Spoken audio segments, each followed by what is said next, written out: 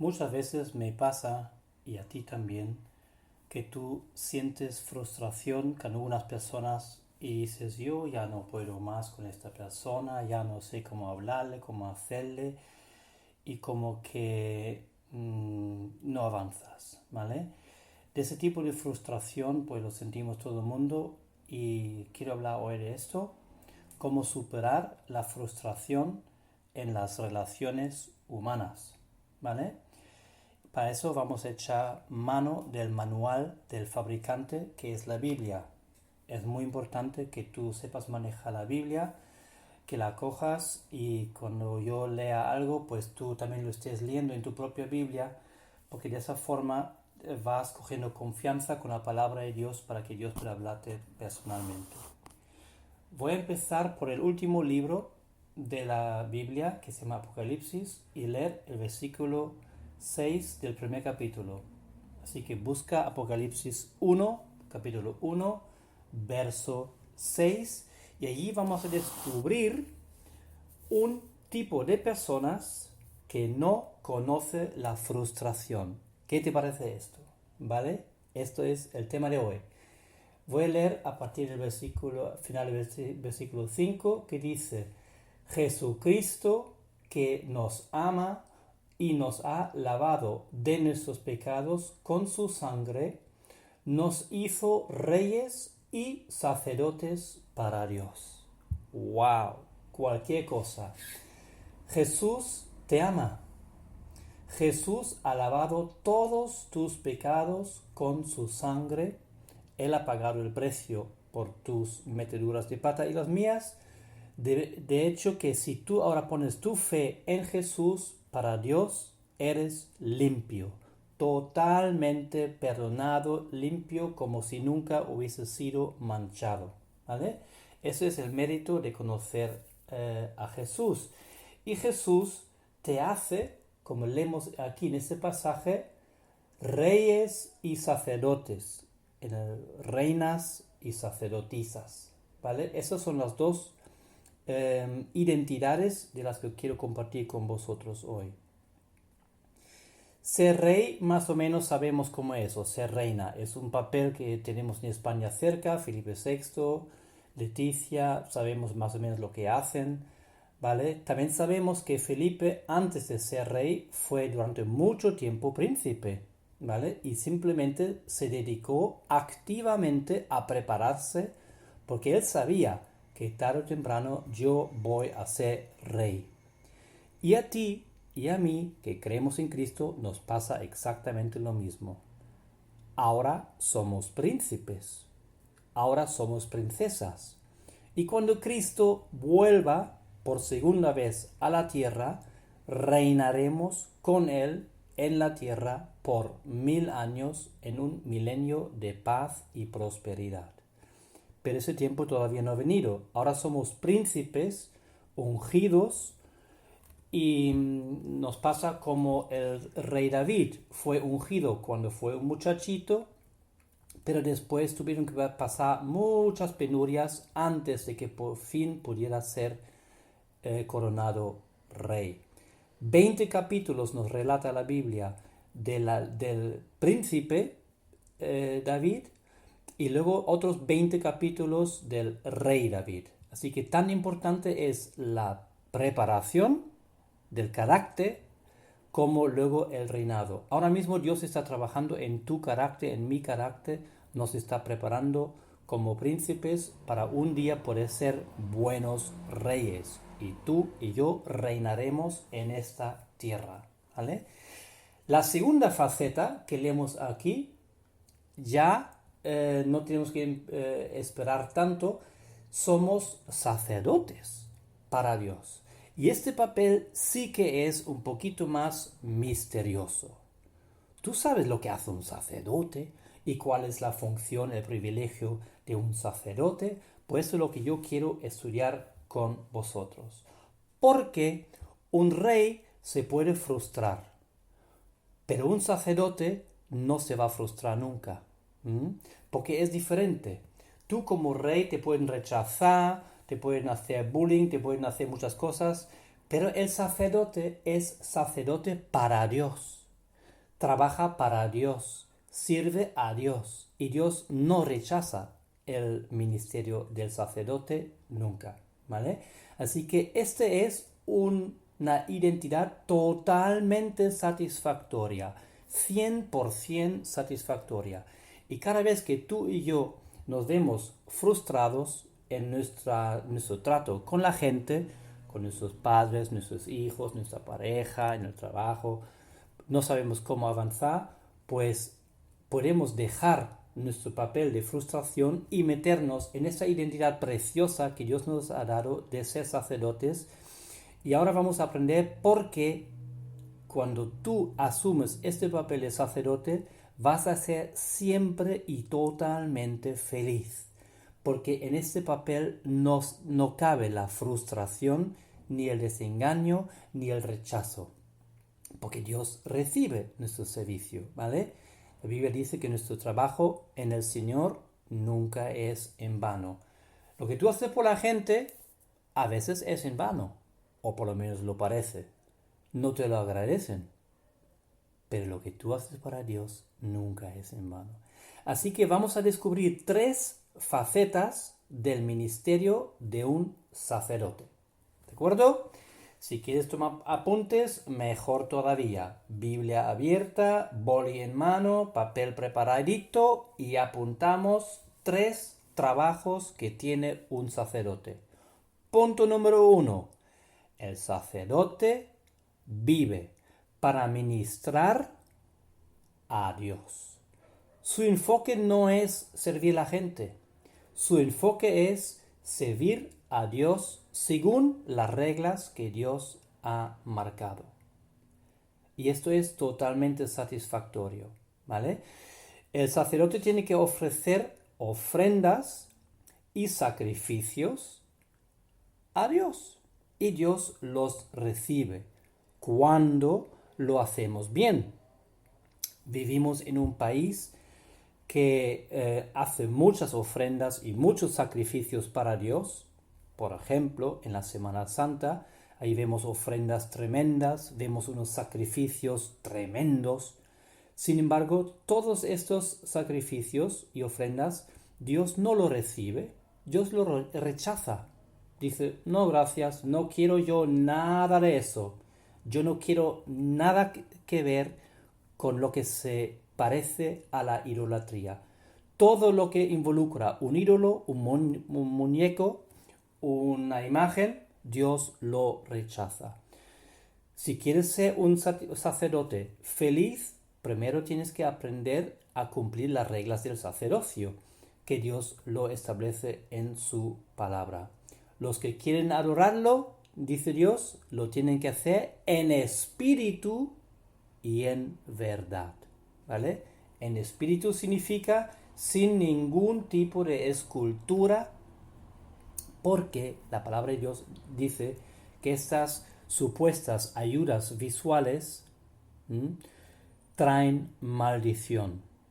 Una vez enfrenté al cura de Barbate y le pregunté, caballero, si usted sabe que Dios prohíbe eso, ¿por qué lo permite en la iglesia? Y me dijo, no, esas son ayudas visuales para la pobre gente que tiene poca fe. Pues esas ayudas visuales, como él lo llamó, Dios lo maldice y lo prohíbe. Así que si quieres ser un sacerdote, sacerdotisa feliz y conocer la felicidad de ministrar a Dios, primer punto, aprende sus reglas y ofrece los sacrificios que Él quiere. ¿Cuál es el primer sacrificio? Os ruego por las misericordias de Dios que presentéis vuestros cuerpos a Él en sacrificio vivo, santo y agradable a Dios. ¿Esto quién lo dice? ¿Roberto? No, lo dice la Biblia, lo dice Pablo en Romanos capítulo 12, versículo 1.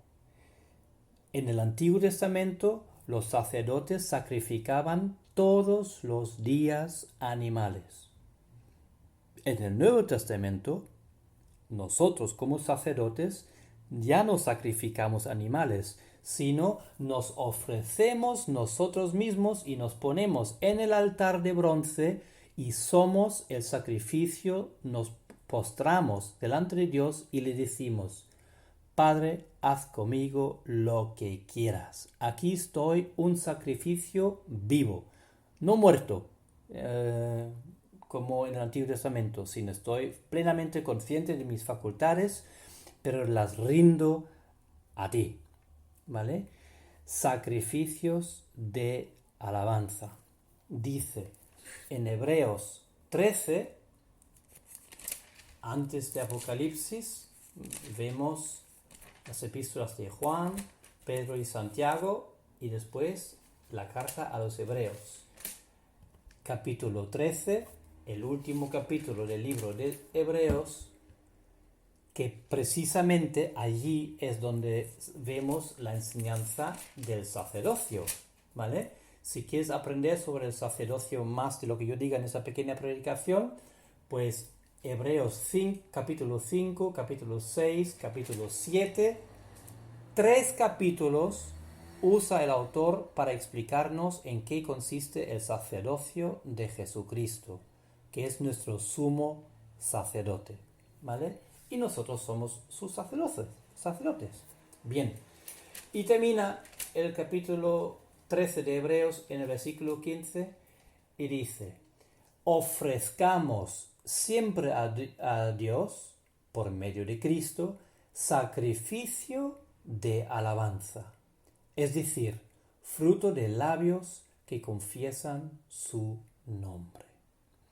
Cuando tú cada día le cantas una alabanza al Señor, ya estás ejerciendo tu trabajo de sacerdote, porque estás llevándole un sacrificio agradable a Él, ¿vale?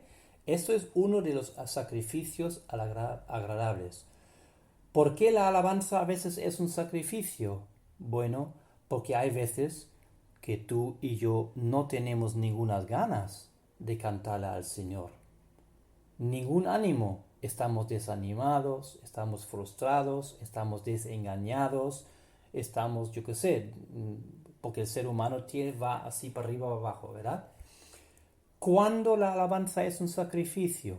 Pues cuando tú no tienes ninguna gana, pero tú dices: Señor, aunque yo no tenga gana, tú eres digno y tú me mandas traer todos los días mi ofrenda a tu presencia.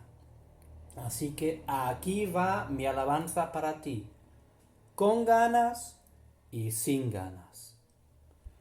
Eso es muy importante que aprendamos eso, que nosotros muchas veces usamos la iglesia. Hoy el culto me ha gustado mucho, hoy me ha gustado menos. Hoy el culto en primer lugar no es para nosotros.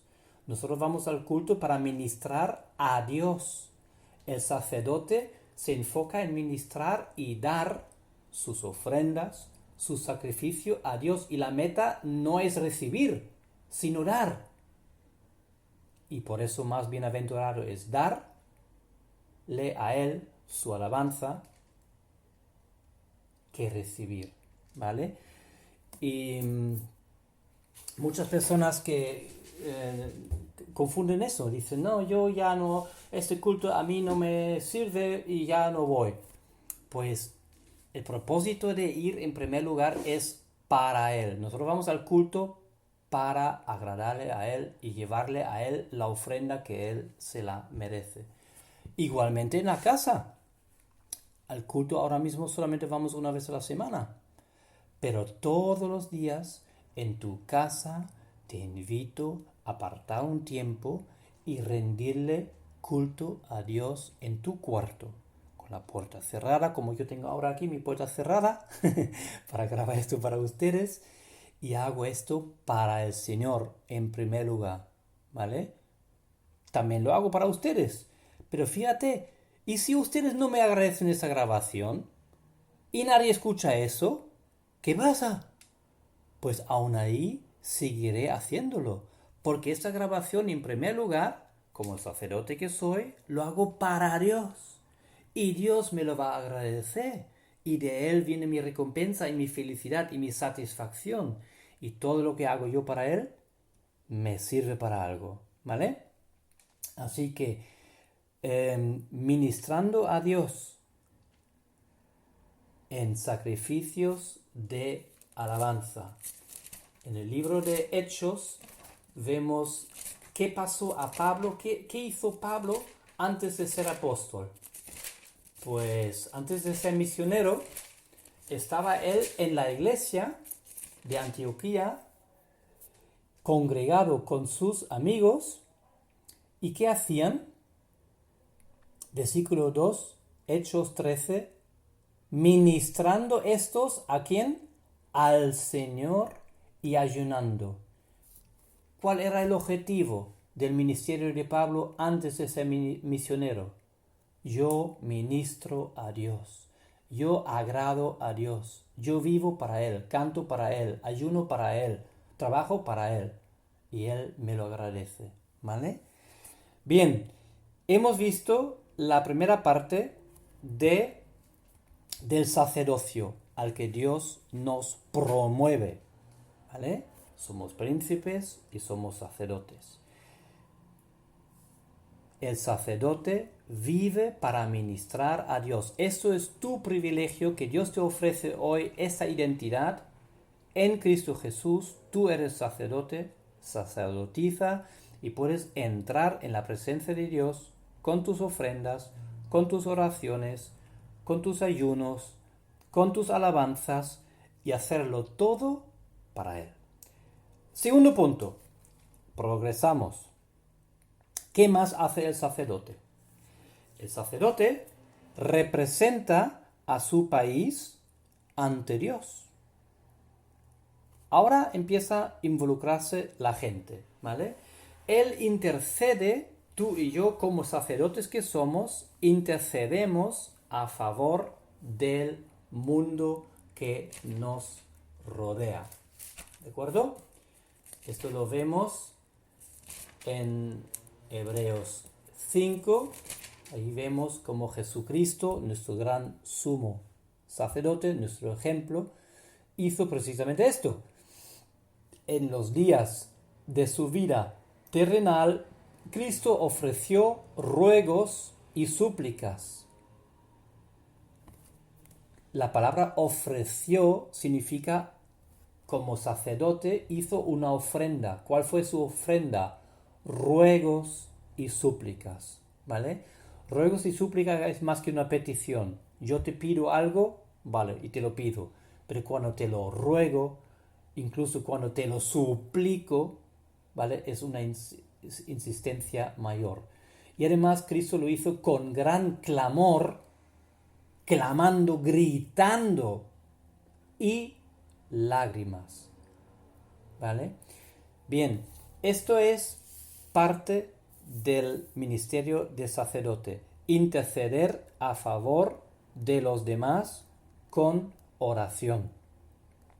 Fíjate que las personas no te hacen caso, ¿vale? Imagínate, vamos a ponernos en este lugar y tú dices, vale, en vez de insistir y machacar a las personas, que no da buen resultado, voy a coger un desvío. Imagínate un triángulo, ¿vale?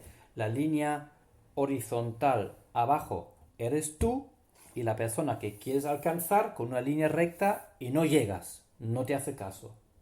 Bien, vale, pues ahí estás frustrado. Ahora, arriba en el triángulo, la parte de arriba del triángulo es Dios. Bien, tú a Dios puedes alcanzarle siempre. Él siempre agradece y recibe tus ofrendas, tus ruegos, tus súplicas, tus peticiones, tus ayunos. Él sí recibe. Cuando las personas no te reciben, Él te oye. ¿Vale? Muy importante. Y ahora, cuando oramos según su voluntad a Dios, ¿qué pasa? Dios va a tocar a esta persona que está abajo en el triángulo, a la punta derecha, ¿vale? Y a través de ese desvío, que se llama Dios, tú alcanzas las personas a través del brazo de Dios y Dios va a obrar en la vida de las personas a tu alrededor. Y cuando tú y yo oramos según la voluntad de Dios, Dios siempre contesta, ¿vale? Esto lo voy a dejar para el final de la enseñanza. ¿Cuál es la diferencia entre el Antiguo Testamento y el Nuevo Testamento en cuanto al sacerdocio? En el Antiguo Testamento trajeron animalitos para el perdón de los pecados. En el Nuevo Testamento ya no hay más ofrenda de animales, porque Jesucristo ya es la ofrenda, ¿vale? Y nosotros no entramos en la presencia de Dios con un animalito sacrificado, sino con la sangre de Jesús, como hemos leído al principio. Somos justificados por la fe en Cristo y tenemos plena entrada en la presencia de Dios. Diferencia entre el Antiguo Testamento y el Nuevo Testamento. En el Antiguo Testamento Dios nos decía: yo te bendigo si tú me obedeces. Esto es muy difícil porque nadie obedece siempre. Así que la bendición siempre pende de un hilo, de nuestra débil obediencia. Esto es totalmente diferente en el Nuevo Testamento. En el Nuevo Testamento Dios dice: yo te bendigo no porque tú obedeces, sino porque Cristo ya ha obedecido. ¡Wow! Una obediencia 100% completa, a la que no falta nada, con lo cual a tu bendición tampoco falta nada, porque no se basa en tu obediencia. La bendición que tú ahora tienes se basa en la obediencia que Jesucristo ya tuvo por ti. Y ahora, cuando tú quieras orar por alguien, por quien sea, ¿dónde empiezas? Ay, Señor, te pido, por favor, hazme caso, escúchame, que aquí estoy, que ya no sé qué hacer. No. Nosotros empezamos la oración sentado con Cristo Jesús. Porque si tú crees en Cristo y Cristo es tu Señor y tu Salvador, dice Pablo en Efesios capítulo 2, versículo 6, que Dios nos hizo sentar en los lugares celestiales con Cristo Jesús. ¡Wow! Otro privilegio tremendo. El lugar donde habita un cristiano es sentado en el trono con Cristo Jesús. No lo digo yo, lo dice la Biblia, ¿vale? Entonces, en el Antiguo Testamento oraban desde donde estaban, a ver si llego arriba, pero nosotros oramos desde arriba hasta hacia abajo, en ese triángulo que os he dibujado antes, ¿vale? Dios está arriba y empezamos desde arriba. Nos sentamos con Cristo en lugares celestiales y antes de pedir cualquier cosa investigamos su voluntad. Si la voluntad de Dios es bendecir a alguien, Él lo va a hacer.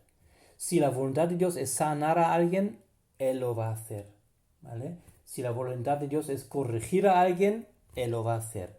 Entonces, si tú quieres ser sacerdote de Dios, siéntate en el trono con Cristo. Efesios 2, 6.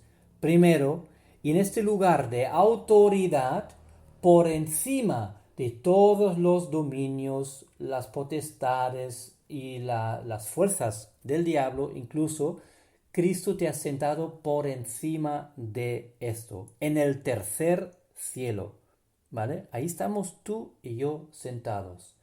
En el segundo cielo está el diablo y en el primer cielo es el que vemos aquí abajo. ¿Bien?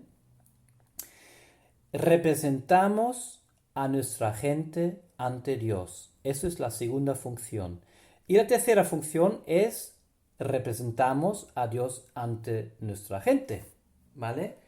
Y el sacerdote también tiene la función de enseñar al pueblo y bendecir el pueblo. Esto solamente lo podía hacer el hermano de Moisés, Aarón y su descendencia levítica. Solo los sacerdotes podían pronunciar la bendición que dice: el Señor te bendiga y te guarde. El Señor haga resplandecer su rostro sobre ti y te conceda paz. ¿Vale? Este es un privilegio que solo los sacerdotes pueden hacer, pues tú y yo somos sacerdotes en Cristo. Así que tú puedes bendecir. Y empezamos cuando bendecimos desde nuestros gobernantes hasta cualquier otra persona también, ¿vale? Nuestro trabajo nunca es criticar el gobierno. Dios no nos autoriza en criticar, juzgar, hablar mal el gobierno nunca. Dios nos autoriza a orar por nuestros gobernantes, ¿vale? Bien, y ahora termino. Bueno, voy a resumir esta pequeña enseñanza, los 3 puntos. El sacerdote, en primer lugar, no vive para la gente, vive para ministrar a Dios, lo cual es un trabajo 100% satisfactorio. Luego intercede por la gente, también es satisfactorio, porque Dios escucha nuestra intercesión. Y tercero, representamos a Dios ante la gente y eso también es un trabajo satisfactorio. Yo hablo de parte de Dios a la gente, me hagan caso o no me hagan caso, eso no es asunto mío, pero mi trabajo está hecho. Tú y yo tenemos la obligación de advertir a nuestra familia, a nuestros amigos, oye, si tú recibes a Cristo, tú vas a ir al cielo, pero si tú no conoces a Cristo, hay un infierno que te está esperando.